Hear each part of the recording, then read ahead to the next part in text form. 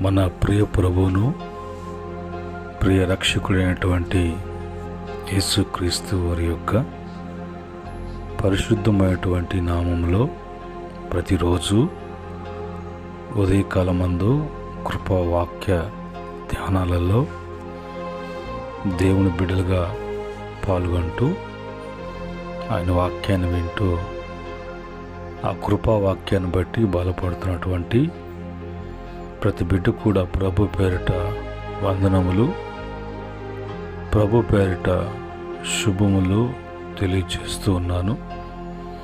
అలాగనే ప్రభు ఆయన కృపతో జ్ఞాపకం చేసుకొని ఆయన కృపకు పాత్రులుగా మనము జీవించినట్లుగా ఆయన ఇచ్చినటువంటి మంచి తరుణాన్ని బట్టి దేవాతి దేవునికి కృతజ్ఞతాస్తుతులు చెల్లిస్తూ ఉన్నాను. ప్రియమైన దేవుని బిడ్డలారా, తిరిగి మరొక దినములో ప్రభు మనకి ఇచ్చినటువంటి కృపావాక్యాన్ని చదువుకొని ప్రార్థనాపూర్వకంగా మనము ధ్యానం చేద్దాం. సామెతల గ్రంథము 18వ అధ్యాయము 20వ వచనములో ఉన్నటువంటి మాటలను నేను చదువుతూ ఉన్నాను. ఇక్కడ రాయబడినటువంటి మాటలలో ఒకని నోటి ఫలము చేత వాని కడుపు నిండును, తన పెదవుల ఆదాయము చేత వాడు తృప్తి పొందును. ప్రేమగల తండ్రి, పరిశుద్ధుడా, మీకు వందనాలు. ఈ సమయంలో నాయన మీ దాసును మరుగుపరిచి చదువుకున్నటువంటి మాటలను వివరించి బోధించు ప్రభు. అనేక మందిని బిడ్డలు మీ వాక్యాన్ని వింటుండగా ఈ వాక్యాన్ని బట్టి బిడ్డలు బలపడటానికి, ఆదరించబడటానికి, స్థిరపరచబడటానికి కృపకు పాత్రులుగా బిడ్డలనైనా జీవించడానికి సహాయం చేయమని యేసుక్రీస్తు నామములో అడిగి వేడుకుంటున్నాము తండ్రి, ఆమేన్. ఈ యొక్క సమయంలో మనం చదువుకున్న మాటలో ఒక వ్యక్తి ఎప్పుడు తృప్తి కలిగినటువంటి వాడుగా ఉంటాడు. ఒకడు తనకు అన్నీ కూడా సమృద్ధితో నింపబడినటువంటి వాడుగా, అన్నీ కూడా తనకు కావలసినటువంటి అన్నీ కూడా కలిగి ఉన్నటువంటి వాడుగా ఎప్పుడు ఉండగలడు? ఉండాలంటే ఏం చేయాలి? ఒకరి జీవితంలో తనకి తృప్తి లేదు అనేటువంటి జీవితం, తనకు మరి కొరత ఉన్నది, ఏది కూడా నాకు సమృద్ధిగా కలిగి ఉండలేకుండా ఉన్నాను అంటే కారణం ఏంటి అనేది మనం చదివినటువంటి వాక్యంలోకి వెళ్ళినప్పుడు ఒకని నోటి నుంచి వచ్చేటువంటి ప్రతి మాట కూడా అది మంచి మాటగా, అది నలుగురకు ప్రయోజనకరముగా, ఆ మాటలలో కుటిలత అనేది లేకుండా మంచినే మాట్లాడుతూ, మంచినే వాళ్ళు చెప్పుకుంటూ, మంచినే వివరించుకుంటూ ఉన్నటువంటి ఆ నోటిని, ఆ మాటను బట్టి, ఆ యొక్క నోటి మాటను బట్టి ఫలము అనేది కలుగుతుంది. కనుక ఆ నోటి ఫలము చేత వానికి కడుపు నిండును అంటే అన్నీ కూడా అతనికి కలిగినటువంటి వాడుగా, లోటు అనేది, కొరత అనేది లేకుండా మరి దేవుడు ఆయన స్వయంగా ఆయనే వారికి ఆ ఫలమును బట్టి అనుగ్రహిస్తారు. రెండవదిగా తన యొక్క పెదవుల ఆదాయము చేత అని రాయబడింది. కనుక మాట్లాడేటువంటి మాటలో ఆ మంచిని బట్టి వాళ్ళకు వచ్చేటువంటి ఆ యొక్క ఆదాయము, ఒకడు కష్టించి న్యాయంగా నిజాయితీగా కష్టపడినప్పుడు ఆ కష్టానికి తగినటువంటి ఆదాయము వచ్చినప్పుడు ఏ విధంగా తృప్తి పొందినటువంటి వాడుగా కష్టం తగినటువంటి ఫలితము దొరికిందని ఏ విధంగా తృప్తి కలిగి ఉంటాడో, అలాగనే మాట్లాడే మాట బట్టి మరి వచ్చేటువంటి ఆదాయము అనేది మనిషి జీవితంలో తృప్తి కలిగిస్తుందని దేవుడు ఆయన మరి తన వాక్యం ద్వారా మనతో మాట్లాడుతున్నారు. కనుక ఈ మాటలను బట్టి, నోటిని బట్టి, పెదవులను బట్టి మరి అన్నీ కూడా సమృద్ధి అలాగనే తృప్తి అనేది దేవుని వలన మానవునికి దయచేయబడుతుంది. ఇందును బట్టి మనం దేవుని వాక్యంలోకి వెళ్ళినప్పుడు మరి మనిషి ఎందుకు మరి ఆ విధంగా తృప్తి కలిగి ఉండలేకపోతున్నాడు, ఎందుకు సమృద్ధి అనేది జీవితంలో లేకుండా పోతున్నది, తన కారణాలేంటి అనేది దేవుని యొక్క వాక్యములోకి వెళ్ళి మనం చూసినప్పుడు మనకు మరి ప్రభు ఆ విషయాలన్నీ కూడా బయలుపరుస్తారు. సామెతల గ్రంథము 12వ అధ్యాయము 13-14 వచ్చిన ప్రకారంగా పెదవుల వలన దోషము అపాయకరమైన ఉరి, నీతిమంతుడు ఆపదను తప్పించుకొనును, ఒకడు తన నోటి ఫలము చేత తృప్తిగా మేలు పొందును, ఎవని క్రియల ఫలము వానికి వచ్చును అని రాయబడును. కనుక ఈ యొక్క మరి పెదవుల వలన లేక నోటి వలన మాట్లాడేటువంటి అతిక్రమించి మాట్లాడిన దాని వలన ఒకవేళ అది చెడుగాను, ఇతరులకు హానికరంగాను, దేవుని నామానికి దూషణకరముగాను ఒకవేళ ఉంటే అది దోషముగా అపాయకరమైనటువంటి ఉరిగా ఉంటుంది అనే విషయాన్ని జ్ఞాపకం చేసుకోవాలి. నీతిమంతుడు ఆపదను తప్పించుకొనును అని రాయబడింది. నీతిమంతుడైతే తన మాట, ప్రవర్తన, జీవితము అనేది జాగ్రత్త కలిగి ఉండి మళ్ళీ ఎలాంటి దోషములు తెచ్చుకునేటువంటి అపాయాలు కలిగించేటువంటివి అలాంటివి కూడా తెచ్చుకోకుండా జాగ్రత్తగా ఉంటాడు కాబట్టి అతను తప్పించుకుంటాడు.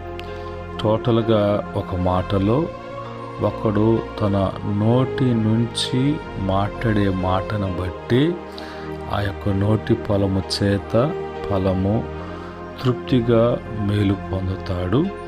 ఆ క్రమములో ఎవరు ఏ విధంగా జీవిస్తారో, ఎవనికి ఏ ఫలము ఇవ్వాలో వాని యొక్క క్రియలను బట్టి, వాళ్ళు మాట్లాడే మాటలను బట్టి, వాళ్ళు చెప్పేటువంటి మాటలను బట్టి మరి వాళ్ళకి ఫలం ఉంటుంది. బుద్ధిహీనులకు వాళ్ళ యొక్క నోటి ఫలాన్ని బట్టి, భక్తిహీనులకు, దుష్టులకు, ప్రతి ఒక్కరికి కూడా వాని యొక్క మరి మాటలను బట్టి, వారి యొక్క మాటలతో కూడినటువంటి ప్రవర్తన బట్టి వాళ్లకు ప్రతిఫలము అనేది దేవుడిస్తారు అన్నట్లుగా. అట్లాగనే మరి బైబిల్లోకి వచ్చినప్పుడు సామెతల గ్రంథము 18వ అధ్యాయము 21వ వచనములో జీవ మరణములు నాలుక వశము, దాని యందు ప్రీతిపడువాడు దాని ఫలము మరి పొందుదును అని రాయబడింది. ఇక్కడ జీవ మరణము అనేది నాలుకలో జీవము, మరణము రెండు కూడా నాలుకలో ఉన్నట్లుగా మరి అది దేని యందు ఇష్టపడి దేని మాటలైతే మాట్లాడతారో దాని ఫలమే వాళ్ళు మరి పొందుకుంటారని, ఆ ఫలమే వాళ్ళు తిందురు అని వాక్యం చెప్తుంది. జీవపు మాటలు మాట్లాడుతూ జీవము కలిగినటువంటి మాటలనే మనం మాట్లాడుతూ అలాగ జీవిస్తున్నప్పుడు దాని ఫలము, లేంటే మరణముకు సంబంధించినటువంటి మాటలు మాట్లాడుతూ మరి కొన్ని సందర్భాలలో వాక్యానికి వ్యతిరేకంగా కొన్ని మరి సాంగ్యాల గురించి కొన్ని మరి మనుషులు అపశకునముతో కూడినటువంటి మాటలు మాట్లాడుతూ ఇవన్నీ కూడా మరణమునకు దారితీసేటువంటి మాటలు. మనిషికి దేవుడు జీవ మరణం 4 వచనాలు పెట్టినప్పుడు మనం జీవించాలంటే, మనం సమృద్ధి కలిగి తృప్తి కలిగి ఉండాలంటే జీవాన్ని కోరుకున్నటువంటి వారమైనటువంటి మనము ఆ జీవ మాటలే మన నోట నుంచి రావాలి. కానీ అంతకు మించి మాట్లాడినప్పుడు అది మరణానికి దారి తీస్తుంది అనేటి మాట దేవుని వాక్యం సెలవిస్తుంది. అలాగనే యాకోబు పత్రిక 1వ అధ్యాయం 26వ వచనములో ఎవడైనను నోటికు కళ్ళెం పెట్టుకొనక తన హృదయమును మోసపరుచుకొనొచ్చు భక్తి గలవాడనని అనుకుని ఎడల వాని భక్తి వ్యర్థము అని అంటాడు. కనుక నోటికి జాగ్రత్త చేసుకోకుండా నోటికు భక్తుడు అంటాడు, నీ చిక్కం పెట్టుకుని ఉన్నాను అని అంటాడు. ఈ నోటికి కళ్యము అనేది కానీ పెట్టుకోకపోతే తన హృదయాన్ని మోసపరుచుకునొచ్చు. తన అనుకుంటాడంట నేను భక్తి గలవాడని అనుకుంటాడంట. అలాంటి మరి కంట్రోల్ లేనటువంటి నోరు, కంట్రోల్ లేనటువంటి నాలుకను బట్టి మరి అతని యొక్క భక్తి వ్యర్థమైపోతుంది. అలాగనే అతను తన యొక్క హృదయాన్ని మోసపోతూ ఉన్నాడు. అలాంటి వారిని అనుసరించిన, అలాంటి వారిని కనిపెట్టి దూరము కాకపోయినా, వారిని దూరంగా పెట్టకపోయినా మిగతా వారి యొక్క భక్తి జీవితం కూడా వ్యర్థం కావటానికి వాళ్ళ కారకులు అవుతారు. అందుకని మరి యాకోబు పత్రిక 3వ అధ్యాయం 2వ వచనంలో చెప్పేటువంటి మాట ఏంటంటే, మరి అనేక విషయములలో మనమందరము తప్పిపోవచ్చున్నాము. ఎవడైనను మాట యందు తప్పని ఎడల అట్టివాడు లోపం లేనివాడై తన సర్వ శరీరమును స్వాధీనపరుచుకున్న శక్తి గలవాడగును అని రాయబడింది. కనుక ఈ నోట్లో ఉన్నటువంటి మరొక ప్రాబ్లం ఏంటంటే, మరి ఆ మాట చెప్పినప్పుడు ఆ మాట మీద నిలబడేటువంటి ఇది లేకపోతే, మాట చెప్పి ఆ మాట తప్పినటువంటి వాడైతే అతను టోటల్గా లోపము కలిగినటువంటి వాడుగా ఉంటాడు. తన సర్వ శరీరాన్ని స్వాధీనపరుచుకున్నటువంటి వాడుగా ఉంటాడు. అదే మాట తప్పనటువంటి వాడిగా తన మాట్లాడేటువంటి మాట మంచి మాట, ఆ మంచి మాట ఆ జీవపు మాటలు చెప్పినప్పుడు దాని యందు ఖచ్చితంగా తప్పిపోకుండా నిలబడినటువంటి వాడు ఎవరైతే ఉంటాడో వాని యొక్క సర్వ శరీరాన్ని స్వాధీనపరుచుకుంటాడు. కాబట్టి ఇప్పుడు అతను మరి ఏ దోషమును కానీ, ఏ పాపమును కానీ, మరి ఏ యొక్క లోటు కానీ, అసంతృప్తి కానీ అనేది అతని జీవితంలో లేకుండా పోతుంది. దేవుని బట్టి అతను అన్ని విషయాల్లో కూడా మరి తృప్తి కలిగి ఉంటాడు. తనకు సమృద్ధి కలిగినటువంటి స్థితి దేవుని వల్ల కలుగుతుంది. అయితే మానవులు వాళ్ళ జీవితాలలో చేసిన తప్పుని గ్రహించలేక, తప్పును గురించినటువంటి అవగాహన లేకుండా, వారు సరిచేసుకోవాల్సిన విషయాలు సరిచేసుకోకుండా కొన్ని సందర్భాలలో అది ఇతరులకు రుద్దాలని, ఇతరుల మీద దాన్ని వేయటానికి వాళ్ళ మనసు కలిగినటువంటి వారు ఉంటారు.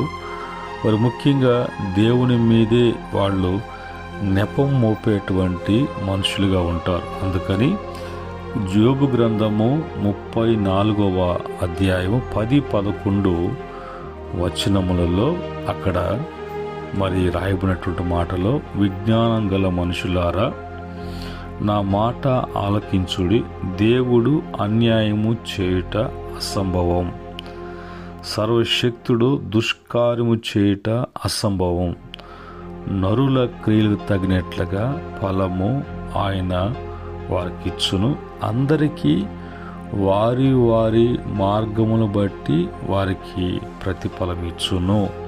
చూసారా, ఈ యొక్క మాట అనేది నడవటానికి, జీవించటానికి, మరి చేయటానికి అన్నిటి కూడా ఒక నోటి మాట ఆ పదజాలను బట్టి వాతావరణాన్ని, పరిస్థితుల్ని తారుమారు చేస్తూ ఉంటుంది. కనుక ఇక్కడ దేవుడు నీ విషయంలో అన్యాయం చేయడు, ఆయన దుష్కార్యం చేయడు. నీ యొక్క క్రియలు, నీ యొక్క మాటలతో కూడినటువంటి క్రియలు తగినటువంటి ఫలమే ఆయన ఇస్తాడు. వారి వారి యొక్క క్రియలు తగినట్టుగానే ఫలం ఉంటుంది. కనుక దేవునిలో ఏ లోపము లేదు. ఒకవేళ లోపం ఉంటే నీలో ఉంది, సరి చేసుకుంటే దానికి ఫలము నువ్వు అనుభవిస్తావు. సరి చేసుకోకుండా అలాగ ఉంటే దానికి తగినటువంటి ఫలమునే నీవు మరి అనుభవించాల్సి వస్తుంది. రెండవ మాటలో కీర్తన 58వ కీర్తన 11వ చరణంలో, కావున నిశ్చయముగా నీతిమంతులకు ఫలము కలుగుననియు, నిశ్చయముగా న్యాయము తీర్చు దేవుడు లోకములో ఉన్నాడనియు మనుషులు ఒప్పుకొందురు. కనుక దేవుడు ఎవరికి ఇస్తాడు అంటే, నీతిమంతులు అలాగా సమృద్ధి కలిగి తృప్తి కలిగి ఉంటారు. ఎందుకంటే వాళ్ళు మరి న్యాయంగా ఉంటారు, అన్యాయం అనేది ఉండదు, అతిక్రమించరు కాబట్టి. ఆ తర్వాత బైబిల్లో సామెతల గ్రంథము 22వ అధ్యాయం 4వ వచనములో, యెహోవా యందు భయభక్తులు కలిగి ఉండుట వినయమునకు ప్రతిఫలము. నీతి ఉండాలి, నీతిలో భక్తి ఉండాలి. ఇప్పుడు ప్రతిఫలముగా ఆ భక్తి జీవితం ఉన్నప్పుడు మనిషి ఎప్పుడు కూడా కంట్రోల్లో ఉంటాడు, తన నోటిని జాగ్రత్త చేసుకుంటాడు. దాన్ని బట్టి ఐశ్వర్యమును, ఘనతయు, జీవమును దాని వలన కలుగును. భక్తి ఉండాలి, భక్తిలో నీతి ఉండాలి. తర్వాత మరి దేవుని వాక్యము చెప్పేటువంటి మాటలు ఏంటంటే, మరి 145వ కీర్తన 20వ చరణంలో, యెహోవా తన్ను ప్రేమించు వారందరినీ కాపాడును, అయితే భక్తిహీనులందరినీ ఆయన నాశనం చేయును. నా నోరు యెహోవాను స్తోత్రము చేయును. ప్రభు చేసినటువంటి మేలును బట్టి ఆ నోటికి స్తుతించుటము, స్తోత్రించటము అని నేర్పించుకుంటూ తనలో నీతి కలిగి భక్తి కలిగినటువంటి జీవితాలు ఎప్పుడు కూడా దేవుడు వారికి అసంతృప్తి అనేది మరి వాళ్ళల్లో మరి సమృద్ధి లేనటువంటి పరిస్థితి కాకుండా సమృద్ధినే ప్రభు ఇచ్చేటట్లుగా ఆయన ఆస్వాదిస్తున్నాడు. ఈ మాటలను బట్టి మరి ప్రియమైన దేవుని బిడ్డలారా, ఈరోజు తృప్తి లేని జీవితం జీవిస్తున్నాం. మాలో మరి సమృద్ధి లేనటువంటి పరిస్థితి అన్నప్పుడు ఇవన్నీ జరగటానికి నోరు అనేది నోటిలో ఉన్నటువంటి నాలుక, నోటిని మాట్లాడించేటువంటి పెదాలు మనము జాగ్రత్తగా ఉండాలి అని అంటే దాన్ని కంట్రోల్ చేసేది దేవుని యొక్క వాక్యమే. హృదయము నిండి ఉన్న దాన్ని బట్టి నోరు మాట్లాడుతుందని, ఆ యొక్క వాక్యాన్ని బట్టి దేవుని భయము, ఆ వాక్యాన్ని బట్టి దేవుని ఎదుట నీతి, యథార్థత, అందును బట్టి దేవుణ్ణి కూర్చున్నటువంటి గానము, స్తుతిగానము చేయటము, జీవించే జీవితాలలో ఎప్పుడు కూడా దేవుడు వాళ్ళకి అసంతృప్తి అనేది లేకుండా, వారి జీవితాలలో కొదువ కొరత లేకుండా ఆయన సమృద్ధిగా ఇచ్చి నింపేటువంటి దేవుడిగా ఉన్నాడు. ఇటు స్థితి ప్రభు ప్రతి బిడ్డకి, ప్రతి కుటుంబానికి అనుగ్రహించునుగాక. ఆమేన్. మా ప్రేమగల ప్రియ పరలోకపు తండ్రి, మీ యొక్క పరిశుద్ధమైనటువంటి కృపా సన్నిధిలో ఉదయకాలమందు మేము తండ్రి తృప్తి కలిగి ఉండటానికి, మాలో సమృద్ధి కలిగి ఉండటానికి మీరు మాకు అన్నీ కూడా అనుగ్రహిస్తున్నారు. అవి మాకు మరి దక్కకుండా పోవటానికి, మేము పొందుకోకుండా ఉండటానికి కారణము, లోపం ఏంటి అన్నప్పుడు మాలో ఉన్నటువంటి ఆ నోరు, ఆ నోటు గుండా వచ్చేటువంటి మాట, మాట్లాడించేటువంటి నాలుక, మాట్లాడుతున్నటువంటి నోరు, పలుకుతున్నటువంటి పెదాలు, ఇవన్నీ కూడా మాకు ఏ విధంగా నష్టం తెచ్చిపెడుతున్నాయో అలాంటివి అన్నిట్లో కూడా మేము జాగ్రత్త కలిగి సరి చేసుకోవాలి. అంటే మేమేం చేయాలి? మాలో ఏవి కలిగి ఉంటే మేము సరిగా ఉన్నట్లుగా సరి చేసుకున్నటువంటి శక్తి మేము కలిగి ఉండటానికి ఏం చేయాలి? ఇవన్నీ కూడా మీరు మీ వాక్యం ద్వారా సెలవిచ్చారు. ఈ మాటలు విన్న బిడ్డలు, వింటున్న బిడ్డలు, వినబోతున్న బిడ్డల జీవితాల్లో మీ యొక్క ఘనమైనటువంటి, మహిమకరమైనటువంటి ఆయన కార్యమును జరిగించమని తండ్రి, మరి ఇది నా ప్రయత్నాలలో, ఇది నా వాతావరణంలో బిడ్డల యొక్క అవసరతలు, ప్రభు వాళ్ళ యొక్క కార్యాలను మీరు జరిగించమని, తిరిగి మరొక కృపా వాక్యంలో కలుసుకునేంత వరకు కృపాక్షేమములు బిడ్డలకు ఉంచమని యేసుక్రీస్తు నామములో అడిగి వేడుకుంటున్నాము తండ్రి. ఆమేన్. సమస్త జ్ఞానముకు మించిన పరలోకపు తండ్రి ప్రేమ నిత్యముగా క్షేమం కలగటానికి, కృపాక్షేమం కలగటానికి, మరి కుమారుని యొక్క దివ్య కృప దేవుని బిడ్డలుగా మరి ఆనందించటానికి, సంతోషించటానికి, మరి కుడిమి ఎడమకు తొట్టిల్లకుండా మరి ముందుకు సాగటానికి పరిశుద్ధాత్మ యొక్క సంతోష సహవాసము ఈ వాక్యం వింటున్న బిడ్డలకు, బలపడుతున్న బిడ్డలకు, అనుసరిస్తున్న బిడ్డలకు, సకల పరిశుద్ధులకును ఆయన దాసులకును సదా తోడై ఉండి నడిపించునుగాక. ఆమేన్.